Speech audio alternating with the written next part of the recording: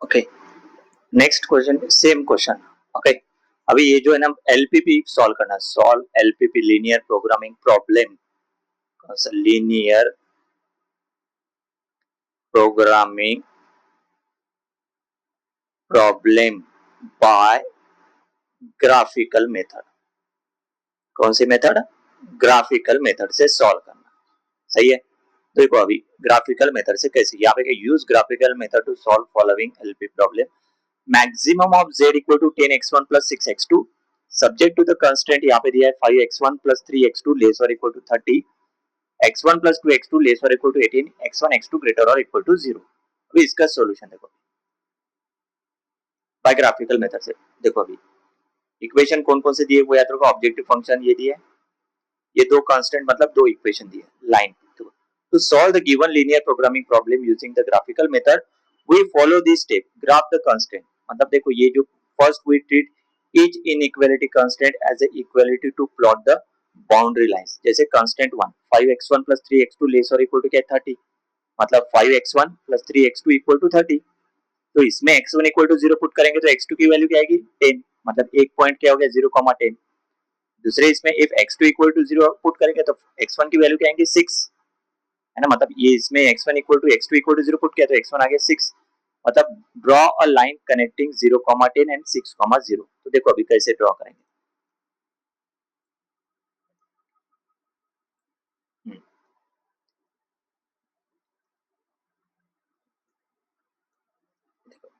सही, ये first quadrant है। फर्स्ट क्वाड्रेंट में x1 x2 ग्रेटर और इक्वल टू 0 है। कौन सा पॉइंट है? एक है 0,10, 0,10 मतलब ये x1 ये x2, ये x1 मतलब 0 इज x1 की वैल्यू, ये 10 x2 की वैल्यू। तो 0,10 किधर आएगा, सपोज इधर, दिस इज 0,10। नेक्स्ट ये 6,0 मतलब ये सॉरी सॉरी सॉरी सॉरी ये कट 0,10 मतलब ये x1 की वैल्यू, x1 की वैल्यू 0 मतलब इधर 0 ये पॉइंट, लेकिन x2 की वैल्यू 10 मतलब इधर आएगा, this is 0,10। Then 6,0 this is x1 और ये x2 की वैल्यू 6,0 इधर आएगा, यहाँ पे लेंगे सपोज इधर, दिस इज 6,0। ये लाइन ड्रॉ करेंगे। कौन सी लाइन? ये लाइन। सही है, ये लाइन ड्रॉ किया, ये लाइन ज्वाइन करेंगे। मतलब देखो draw a line connecting 0,10 and 6,0। ये लाइन कौन सी हुई? ये लाइन का इक्वेशन हो गया, क्या है इक्वेशन इसका? ये 5x1 plus 3x2 equal to क्या है 30। ये सही, लेकिन यहाँ पे देखो x1 x2 अगर 0 डाला तो 0 क्या था, मतलब लेस और इक्वल टू, मतलब ये भी चेक करेंगे। आगे चेक किया क्या? हाँ, डिटरमाइन द फिजिबल रीजन, आगे चेक करें। देखो अभी एक लाइन होगी, फिजिबल रीजन आगे चेक करेंगे। अभी देखो आगे दिया है वैसे। ओके, नेक्स्ट नेक्स्ट कांस्टेंट क्या है 2, x1 प्लस 2x2 एक लेस और इक्वल टू 18। तो let x1 plus 2x2 equal to 18 line हो गया। तो x1 इक्वल टू 0 डाला तो x2 की वैल्यू क्या आएगी 9, मतलब 0,9। अभी 0,9 पॉइंट किधर आएगा, सपोज ये पॉइंट कौन सा हो गया, दिस पॉइंट इज 0,9, ये वाला। क्लियर है। नेक्स्ट x2 की वैल्यू 0 डालेंगे तो क्या आएगा 18,0, मतलब इधर लेंगे suppose, this point is suppose 18,0। ये ड्रॉ द लाइन, मतलब ये और ये लाइन ड्रॉ करेंगे। सही है, मतलब ये लाइन का इक्वेशन क्या हो गया, x1 plus 2x2 equal to 18। ये लाइन का इक्वेशन हो गया। अभी ड्रॉ लाइन कर दिया connecting non negativity constant. Non negativity constant मतलब x1 ग्रेटर और इक्वल टू 0, मतलब ये जो लाइन है, ये जो लाइन x1 ग्रेटर और इक्वल टू 0 मतलब ये वाला, यानी x2 ग्रेटर और इक्वल टू 0 मतलब x2 मतलब ऊपर की ये, मतलब फिजिबल रीजन देखो आगे देखो ये दिस कांस्टेंट रिस्ट्रिक्ट, मतलब x1 x2 ग्रेटर और इक्वल टू 0 मतलब फर्स्ट क्वाड्रेंट। ये चीज याद रखो। अब देखो this constant restrict the feasible region to the first quadrant where both x1 and x2 are non-negative। अभी डिटरमाइन द फिजिबल रीजन, तो फिजिबल रीजन कैसे फाइंड करेंगे? तो अभी देखो determine feasible region, the feasible region is the set of all point x1, x2 that satisfied all constant। to find this region we test the origin 0 0। तो देखो देखो constant क्या है 5x1 plus 3x2 लेस और equal to 30, मतलब ये line है ना, वो ये वाली लाइन। अभी लेस और 0 0 पुट करो x1 x2 तो लेस और इक्वल टू यस सेटिस्फाई कर रहा है, मतलब ने कहा 0 के तरफ रीजन आएगा, वो ये इधर वाला रीजन ये सही है, मतलब ये वाला रीजन, मतलब ये लाइन के नीचे नीचे का रीजन ये रीजन आएगा, सही है। देखो this means the feasible region for this constant is on the side of the line 5x1 plus 3x2 equal to 30 that includes the origin include कर रहा है ना ये 0 0, सही है। नेक्स्ट कांस्टेंट क्या है, x1 plus 2x2 लेस और इक्वल टू 18, मतलब कौन सी लाइन, ये लाइन। अभी लेस और इक्वल टू 18 0 0 डाल दो उसमें x1 x2 तो सेटिस्फाई कर रहा है 2 हो रहा है 0 लेस और equal to 18। This means the feasible region for this constant is on the side of the line x1 plus 2x2 equal to 18, मतलब कौन सा, ये वाला, ये जो लाइन है ना, ये लाइन के इधर का रीजन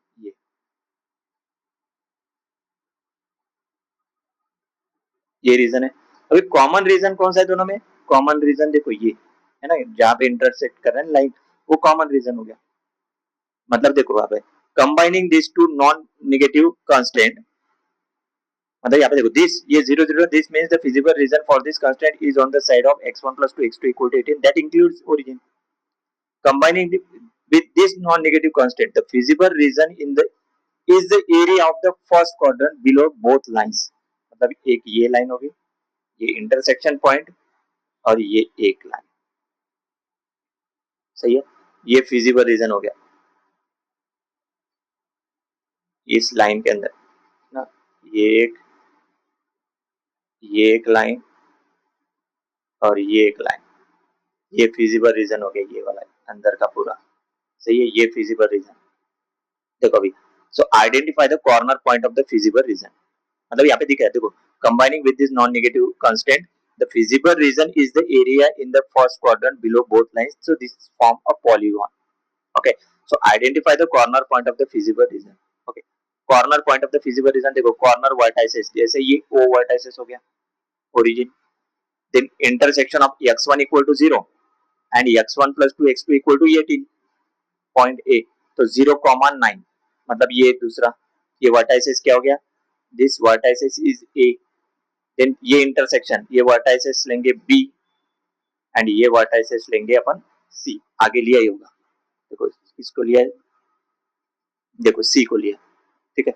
इन जनरल ने क्या डायग्राम के हिसाब से अपने को वर्टाइसेस जल्दी पता लग जाते हैं, मतलब 0 0 0 9 सिर्फ इंटरसेक्शन वर्टाइसेस बी निकालना है, और सी क्या है 6 0, ये ऑलरेडी निकल चुका है, सिर्फ आपको बी निकालना पड़ेगा, लेकिन यहाँ पे जैसे दिया है वो मैं पूरा डिटेल्स बता देता हूँ। ओके देखो पहला ओ ओरिजिन 0 0, सेकंड ए वर्टाइसेस कौन सा है, ए वर्टाइसेस कौन सा इंटरसेक्शन है, x1 equal to 0, x1 equal to 0 मतलब x2 लाइन है ना, x2 this line is x1 equal to 0 and दूसरी क्या है, ये लाइन कौन सा, ये 0,9 वाला, ये लाइन मतलब ने कि ये जो x1 plus 2x2 equal to 18 है ना, ए वर्टेक्स लेंगे अपन x1 equal to 0 and x1 plus 2x2 equal to 18, मतलब सब्स्टिट्यूट करेंगे x1 equal to 0 into x1 plus 2x2 equal to 18 में, तो x2 क्या आ गया 9,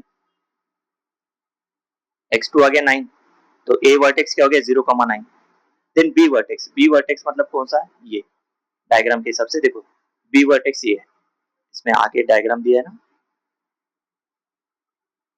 देखो यहाँ पे बी वर्टेक्स, एक्चुअली ये मिरर इमेज जैसे आ गया, रिवर्स चाहिए था, बी वर्टेक्स कौन से दो लाइन का इंटरसेक्शन है, सही है।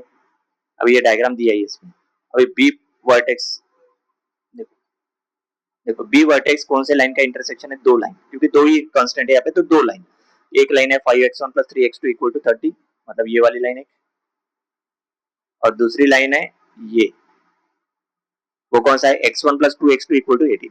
अभी दो equation we solve the system equation, है ना, ये सिस्टम ऑफ इक्वेशन सॉल्व करो, जैसे देखो 5x1 plus 3x2 equal to 30, दूसरा x1 plus 2x2 equal to 18, मतलब x1 equal to 18 minus 2x2, ये इक्वेशन 1 में पुट कर दो, सब्स्टिट्यूट x1 फ्रॉम 2 इन 1, तो देखो x1 की जगह क्या पुट करेंगे 18 माइनस 2x2, देखो यहाँ पे पुट कर दिया, तो ये 19 minus 10x2 equal to plus 3x2 equal to 30, so 19 minus 7x2 equal to 30, मतलब x2 की वैल्यू क्या आएगी 60/7।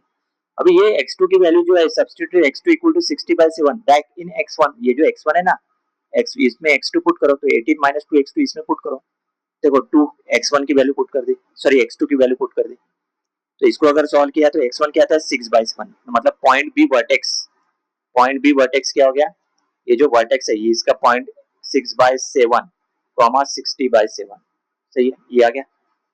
पॉइंट सी ऑलरेडी अपन 6,0 पता ही है ना। लेकिन ये किसका इंटरसेक्शन है, एक है x2 इक्वल टू 0 मतलब दिस लाइन,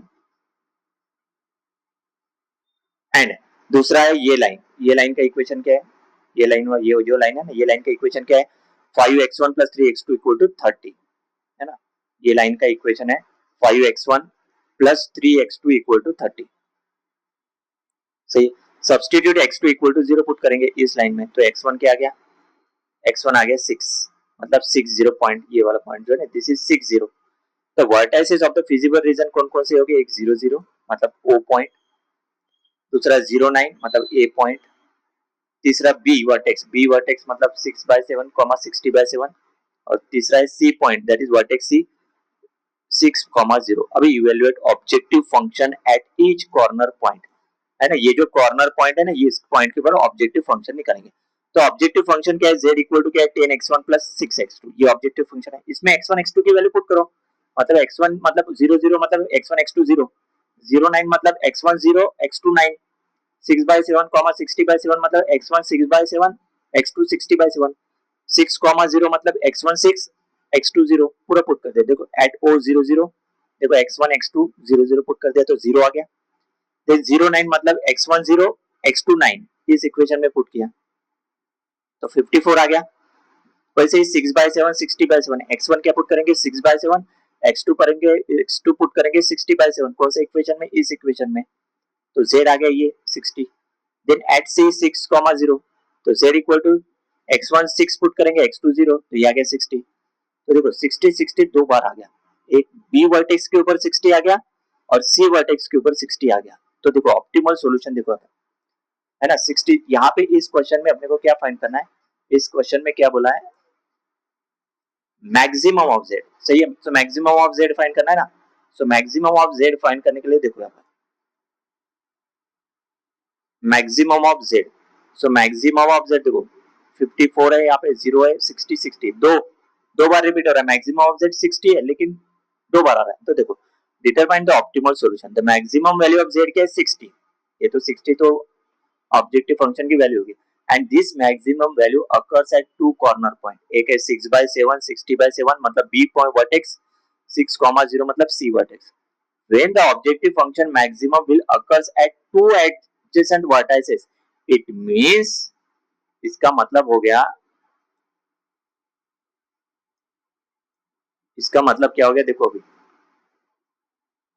डायग्राम देखो, यस देखो देखो कहा है, it means that all points on the line segment, मतलब ये बी पॉइंट है ना, ये बी पॉइंट और ये सी पॉइंट, मतलब बी और सी जो है ना, बी सी सेगमेंट ये पूरा, it means all point on this line segment connecting this two vertices also it's the same maximum value, मतलब ये लाइन के ऊपर के पूरे पॉइंट के ऊपर वैल्यू क्या आएगी 60 आएगी। Two vertices also hit the same maximum value. In this case, the line segment is a portion of the constant 5x1 plus 3x2 equal to 30. This is because the slope of the objective function है ना minus 10/6 equal to minus 5/3 is the same as the slope of the line constant 5x1 plus 3x2 equal to 30 minus 5/3. The conclusion that ने क्या, ये slope याद रखने की जरूरत नहीं है, conclusion इतना याद रखो, maximum value of z is 60. This occurs at any point x1 x2 on the line segment connecting the point B, मतलब 6/7 60/7 एंड 60, मतलब देखो ग्राफ, ये नीचे ग्राफ दिया है उसका, है ना, उसके पॉइंट के फिर से एक बार line one connecting feasible region, मतलब feasible region O A B C उस हिसाब से दिया जैसे मैंने एक्सप्लेन किया आपको, सही है। मतलब ये जो लाइन सेगमेंट है, ये लाइन सेगमेंट के ऊपर के पूरे पॉइंट रहेंगे, मतलब x1 x2 के इनफाइनाइट सॉल्यूशन रहेगा, लेकिन मैक्सिमम वैल्यू ऑफ z क्या रहेगी 60 रहेगी। बट कंक्लूजन इसका देखो, मतलब ने क्या, ऑब्जेक्टिव फंक्शन लाइन है ना, constant that still touches feasible region, मतलब ये फिजिबल रीजन, मतलब कंक्लूजन देखो maximum value of z is 60, it occurs at the point x1 x2 on the line segment connecting the two points, मतलब there are infinite many solution, maximum value of z is 60 रहेगी but x1 x2 के infinite many solution रहेगी, there are infinitely many solution, ऐसे बहुत सारे x1 x2 की value रहेंगे पूरे लाइन सेगमेंट के ऊपर के, जो 60 वैल्यू आती है उसकी। क्लियर? तो ग्राफ एक बार ये फिर से देख लेना, ये कौन सा रीजन है, ओ ए बी सी, ये जो डायग्राम के तौर पे दिया, एक्चुअली ये ऊपर आना चाहिए था, नीचे दिया है, ये जो लाइन है ये ऊपर चाहिए था। Okay, this is x1, this is x2, ये रेड लाइन जो है ये रेड लाइन है, 5x1 plus 3x2 equal to 3 है ना, 5x1 plus 3x2 equal to 30, sorry 30 है, 3 नहीं 30। एंड ये जो है ना, ये जो लाइन है ये लाइन सेगमेंट है बीसी, ये लाइन सेगमेंट के ऊपर के पूरे पॉइंट रहेंगे, जिसमें मैक्सिमम वैल्यू ऑफ जेड क्या आएगी, 60 आएंगे, जिसके ऊपर सही है point of intersection O A B C, जैसे मैंने फर्स्ट क्वाड्रेंट के हिसाब से निकाला। Clear? So there are infinitely many solution, मतलब x1 x2 के बहुत सारे वैल्यू रहेंगे जो इस लाइन सेगमेंट के ऊपर है, और मैक्सिमम वैल्यू ऑफ जेड क्या रहेगा, so maximum value of Z equal to 60। Next